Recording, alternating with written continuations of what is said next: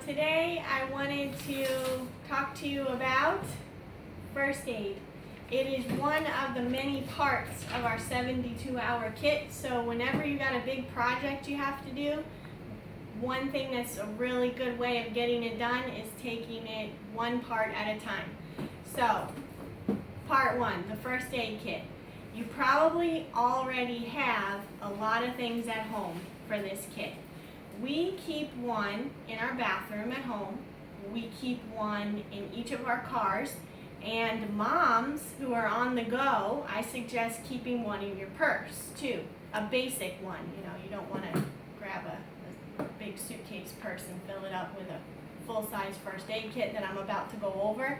But bandages, ointment, having that will just go a long way whenever, you know, one of your kids falls down at the playground or in random places. And it will help quite a bit, especially if wherever you are there isn't anything else. Okay, so some quick little suggestions. If you have things at home but don't have them in a container, you can use or reuse, upcycle containers that you're not using anymore, like a baby wipe container. And for those ones that go in the purse, here's a throat lozenge container. No more lozenges, you can put bandages and ointment in there and put it right into your purse. Okay, well, this is our container in our cars and our bathroom because we started, as you can tell, a long time ago, having a first aid kit in our home with 3 kids. There were a lot of accidents. And we bought one a long time ago, kept one, just bought it at Walmart, and it comes already made, everything listed on the back. So I've kept this because, you know, plastic never dies. So here's what you need to put inside your first aid kit. I got this information from redcross.org. I'm going to read it as we go along here. There's some things that I need to go shopping for today because some things have expired. It was very interesting. My hydrocortisone cream is only good for a few years. Bandages had opened up and were exposed. They weren't sterile anymore, so you have to look for things like that. But redcross.org, it says you want, for a family of 4, 2 absorbent compress dressings.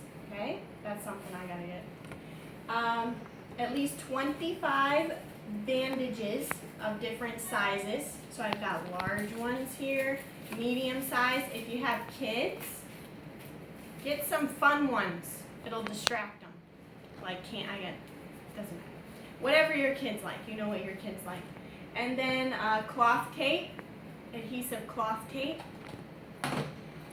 antibiotic ointment, generic or not, doesn't matter, they're all the same, but this has pain reliever in it. I like that especially, it takes the pain away when you put it on. Wipe packets, these come in ready-made, some of these things come in ready-made kits. The next one is 2 packets of aspirin. I caution you with the aspirin though. Aspirin is to stop a heart attack, but you don't want to give it to any child 18 or younger because it can create a disease called Reye syndrome, REYE' syndrome. It's a, yeah, you don't want to do that. So don't have the aspirin in there for kids 18 or younger. You have it in there if a heart attack is happening. You can have things in your kit then, like Advil, Motrin, Tylenol, whatever your family uses, you want to have that in there. A blanket, survival wraps come in the ready-made kits. Breathing barrier, I'm not sure where I got this one. I think I got it for free at some kind of an event.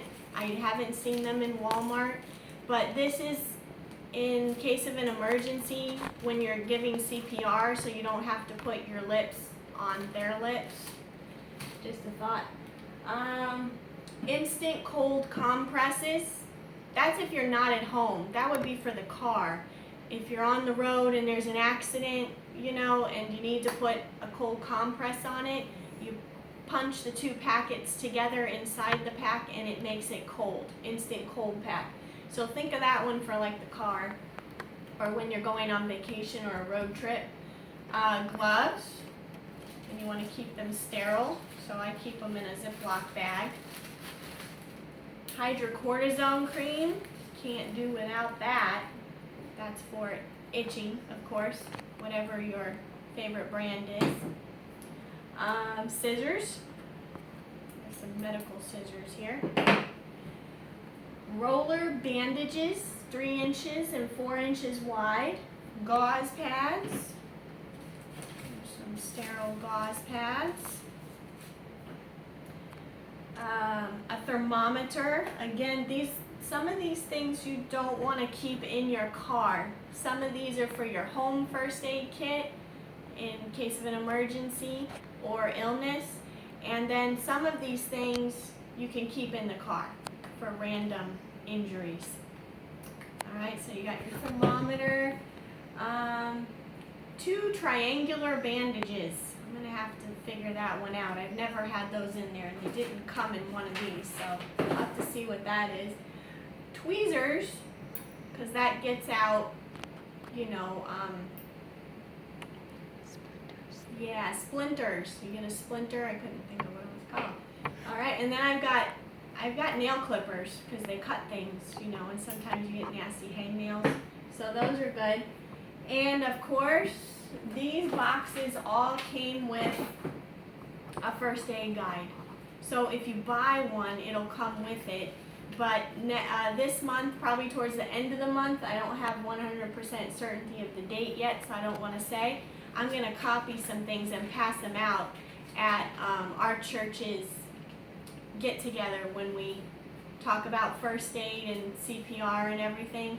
I'm going to have some things to pass out. So if you don't buy one and you're putting one together, you can take one of these copied and just stick it in there. It's also good to look at it because it tells you how to do all different kinds of things. Let's see. Oh, I also have these in our first aid kit, something we learned from Girl Scouts. You can make your own finger splint. So popsicle sticks are good. Maybe after the kids, you know, eat. Well, maybe that's not a good idea. Never mind. Okay, so sterile popsicle sticks. Some other suggestions from another site, safety pins, so that you can make your own arm splints, you know, stabilize an arm. You might already have some things around the house like we do because we've had some incidents. We've got an armrest thing, a boot, and an arm sling. Oh, and of course the ACE bandage. That's another good thing to have at home to create a compress around the arm. And then we've even got, I don't know, some of you older people like me might remember these ice packs. You just put ice inside. You might have these at home already, and you've got a nice little ice pack. So for you younger people, this is what one looks like. Okay. And I think as far as what you should put, oh, some home things over here. Like I said, you've got your pain relievers, but another site also suggested in your home having something for constipation, diarrhea, eye wash solution, hydrogen peroxide, Benadryl, and of course Tylenol. And if you have children in the home, get children's Tylenol. Don't give them regular Tylenol, your children. Okay? And that's pretty much it. It was actually kind of fun to grab Zoe and grab everything around the house, get it together, go through the list, see what we had, and just go pick up the rest of what we need at the store.